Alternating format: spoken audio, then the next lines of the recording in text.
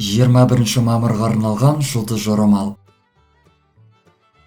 Тоқта, әдеттегіден қарағанда айналаңыздағылармен көбірек сөйлесуіңізге тура келеді және әрбіріне сай келетін бағдарды тауып отыруыңыз керек. Бұл сізді шаршатуы мүмкін, алайда сіз үшін барынша қызықты болады. Сізге өзіңізге ұқсамайтын адамдар көбірек ұнайды. Бұл адамдармен бұрындары қозғамаған тақырыптарда әңгімелесесіз. Кейбір тоқтылар өздерінің кәсіби біліктілігін арттыру үшін қажетті нәрселерді үйрену керек екенін түсінеді. Кішігірім детальдарына дейін мұқияттылықты талап ететін шаруаларды атқару оңайға соқпауы мүмкін. Дегенмен де оларды атқаруға сіздің шамаңыздың жететініне еш күмәнданбаңыз. Бұл орайда төзімділік танытуыңыз маңызды болмақ. Қалаған нәтижелерге жылдам қол жеткізу үнемі оңай бола бермейтінін де естен шығармағаныңыз жөн. Барлығы өз уақытымен, кезегімен болады. Торпақ, бұрындары бастаған шаруаларды аяқтауға көп мүмкіндік беретін жайлы күн болғалы тұр. Сіз қазіргі уақытта неге қол жеткізгіңіз келетінін жақсы түсінесіз және бүгінгі күнге деген мақсаттарыңызды дұрыс қоя білесіз. Алайда серіктестерді таңдау барысында мәселелер туындауы мүмкін. Сіз уәдені оңай бере салатын адамдарға сенім артып қойып, арты не боларын да ойламайсыз. Ақшаға қатысты жерлерде тәуекел етпеңіз. Себебі бүгінгі күні ақшаға және мүлікке қатысты сұрақтарды шешу барысында барынша мұқият әрі сақ болуыңыз керек. Сонымен қатар отбасылық шаруаларға да қатысты мәселелерде жақын адамдарыңыздың мүддесі жайында да ұмытпағаныңыз жөн. Егіздер, жеңіл әрі жағымды күн. Сіз қойған мақсаттарыңызға қол жеткізе алатындығыңызға кәміл сенімдісіз және бұл сізді шынымен де шабыттандырады. Бүгінгі күні сізге серіктестік жөнінде ұсыныстар түсіп, олардан сіз бас тартқыңыз да келмеуі мүмкін. Осы жылдың басында алған біліміңіз бен тәжірибеңіздің пайдасы тиіп қалады. Көптеген егіздер кәсіби саласындағы жақсы өзгерістерге жол ашатын шешімдер қабылдауы мүмкін. Бұл белгі өкілдері неге қол жеткізгісі келетінін жақсы біледі және оңай шағыла салмайды. Бұл айналасындағылардың сенімін жаулап алуға септігін тигізері сөзсіз. Сізді бұрындары бағаламаған адамдар осыдан кейін сізге деген көзқарасын толық өзгертеді. Шаян, сақ болуыңыз керек. Бұл күн тым шиеленісті болуы мүмкін. Әсіресе қалағанына жылдам қол жеткізіп үйреніп қалғандар үшін жеңіл болмайды. Қорытынды жасауға асықпаңыз. Есіңізде болсын, кейбір жағдайлардағы айқын болып тұрған шешімдердің өзі де дұрыс болмай шығуы мүмкін. Сондықтан да кез келген шешімді қабылдар алдында өзіңіздің саралай білу қабілетіңізді іске қосып, асықпай ойланғаныңыз жөн. Серіктестеріңізді де аса мұқияттылықпен таңдаңыз. Бүгінгі күні қолдау көрсетеміз деп уәде ететіндердің барлығына бірдей сенім артуға болмайды. Сонымен қатар, бұрындары сізді ұятқа қалдырғандарға да сенім артудың ешқандай да қажеті жоқ. Бұндай адамдардан бүгінгі күні ешқандай да жақсылық күтпеңіз. Ал қаржылық жағынан алып қарар болсақ, бүгінгі күн сіз үшін жағымды болмақ. Сізге ақша түсіп, сонымен қатар тиімді келісімдер жасауыңыз да ғажап емес. Күннің екінші жартысы кішігірім сауда жасау үшін қолайлы болмақ. Арыстан, пайдасы бар шаруаларға нақты ден қою қиын болмақ. Арыстандар бүгінгі күніде ауыр жұмыстардан алшақтап тыныққысы келуі мүмкін. Алайда қазіргі жағдайлар сізге тынығуға ешқандай да мүмкіндік бермейді. Сізге әрекет ету керек. Сондықтан да күшіңізді жинап, бірінші қадам жасаңыз. Сонымен қатар, бастаған ісіңізді аяғына дейін жеткізуге көмектесетін адал адамдарды іздестіріңіз. Бүгінгі күні ақшаның да түсуі ғажап емес. Сәтті сауда жасауға да мүмкіндіктер бар. Бұл орайда асығыстыққа жол берудің ешқандай да қажеті жоқ. Көзіңізге бірден түсетін заттардың барлығы да сіз ойлағандай сапалы болмай шығуы мүмкін. Басқа нәрселерге де көз салып көріңіз. Сонда ғана іздеген нәрсеңізді міндетті түрде табасыз. Бикеш, бүгінгі күні қиындықтар орын алғанымен де сәттіліктерге қол жеткізуге мүмкіндіктер бар. Табанды бола білуіңіз сізге өз жемісін береді. Бұрындары мүмкін емес деп ойлаған нәрселеріңізге қол жеткізуге де мүмкіндіктер бар. Кейбір бикештер бұрынғы қателіктерін түзете алады. Егер де ұрысып қалған адамдармен татуласудың сәті түсіп жатса, бұл мүмкіндікті де босқа жібермеңіз. Күннің екінші жартысы жақсы әрі жаңа идеялар әкелмек. Бұларды алдағы уақытта жүзеге асыра аласыз. Бұл уақыт сонымен қатар бұрындары пайда болып, кейінге қалдырып келген жоспарларыңызды жүзеге асыруға да қолайлы болмақ. Қазіргі уақытта сіз қажетті нәтижеге табандылық танытудың арқасында қол жеткізе аласыз.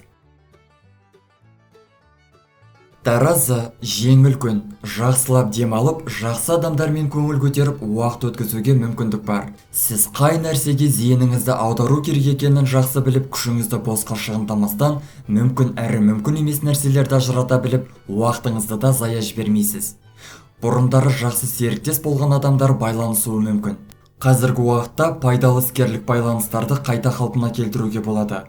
Күннің екінші жартысы жағымды тосын сыйлармен қуантпақ. Кейбір таразылар бұл уақытта романтикалық сезім білдірулерді естулері ғажап емес. Сонымен қатар, соңғы уақытта болмашы нәрсе үшін ұрысып қалған адамдармен де татуласуға мүмкіндік болады. Саршаян, сәттіліктерге қол жеткізгіңіз келсе, жалғыз өзіңіз әрекет етіңіз. Біреулермен серіктестік жөнінде келісу сіз ойлағаннан да күрделі болуы мүмкін. Бұл тіпті сіздің бұрынғы таныстарыңызға да қатысты. Себебі олар өткен уақытта орын алған сөзге келіп қалуларды қазбалап, ескі проблемаларды да еске түсіруі мүмкін. Саршаяндар бүгінгі күні ескі шаруаларын жетілдіре алады, яғни дамыта алады. Қазіргі уақытта сіз нені қалай жасауға болатынын түсініп, артық күшіңіз бен уақытыңызды жұмсамастан барлығын жақсы атқарып шыға аласыз. Сонымен қатар дәл осы уақытта нені атқару керек, нені кейінге қалдыруға болатынын да жақсы түсінесіз.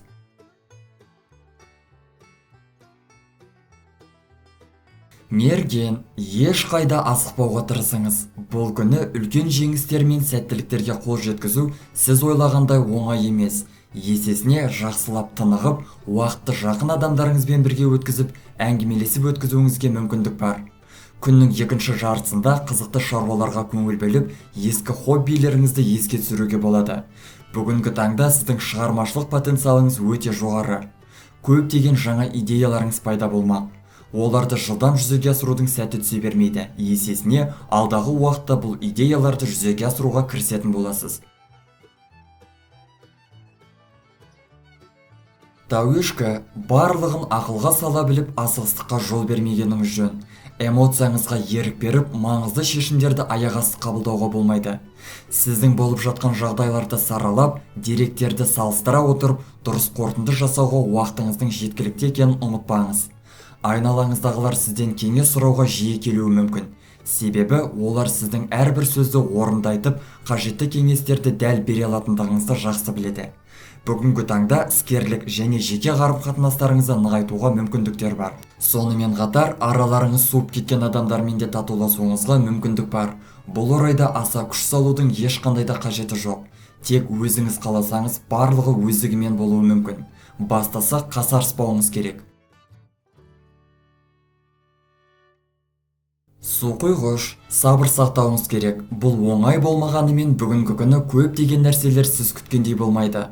Бұған түсіністік танытып, өзіңіздің эмоцияңызды бақылауда ұстауыңыз керек. Айналаңыздағы адамдар өздерін біртүрлі ұстап, сізге қажет болған ақпараттарды дер кезінде ала алмауыңыз мүмкін.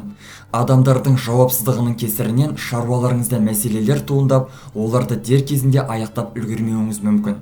Алайда жағымды өзгерістердің күші сонда да басым болып қалмақ. Осының арқасында өзіңізді ұстай білсеңіз, шаруаларыңызда жақсы сәттіліктерге қол жеткізе аласыз. Шығармашылық қабілетіңізді іске қоса біліңіз. Үйреншікті әдістермен әрекет ете бермей, болып жатқан жағдайларға сай келетін амалдарды қолдана біліңіз. Кейбір су құйғыштар соңғы уақытта үйренген нәрселерін қолдана алады. Балықтар, өзгелерден тым көп нәрсе күтпеңіз. Өзгелердің кемшілігіне назар аударып, тіпті кейбіреулерін сол кемшілік үшін жазғырудан аулақ болыңыз. Әрбір адамның бойында артықшылығы мен кемшілігінің болатынын естен шығармаңыз. Сонда ғана бүгінгі күні айналаңыздағылармен бір толқында бола аласыз. Осының арқасында көптеген қиындықтардан да өзіңізді сақтай аласыз. Ақшаға қатысты шешімдерде асығыстық танытпаңыз. Бұл жерде сақтық пен мұқияттылық керек. Ал қаржыдан басқа жағдайлардың барлығы сізді қуантады. Жақын адамдарыңызбен қарым-қатынастарыңызды жақсартуға, араңыз салқындап кеткен адамдармен татуласуға, сөз таластыруларға нүкте қоюға да мүмкіндік болады. Бұрындары жіберіп қойған қателіктерді түзетуге мүмкіндігіңіз бар. Айналаңыздағылар бұны байқап, сізден үлгі алатын болады. Достар, біздің каналға жазылып, лайк басуды ұмытпаңыздар. Келесі шығарылымдар тек қана сіздер үшін.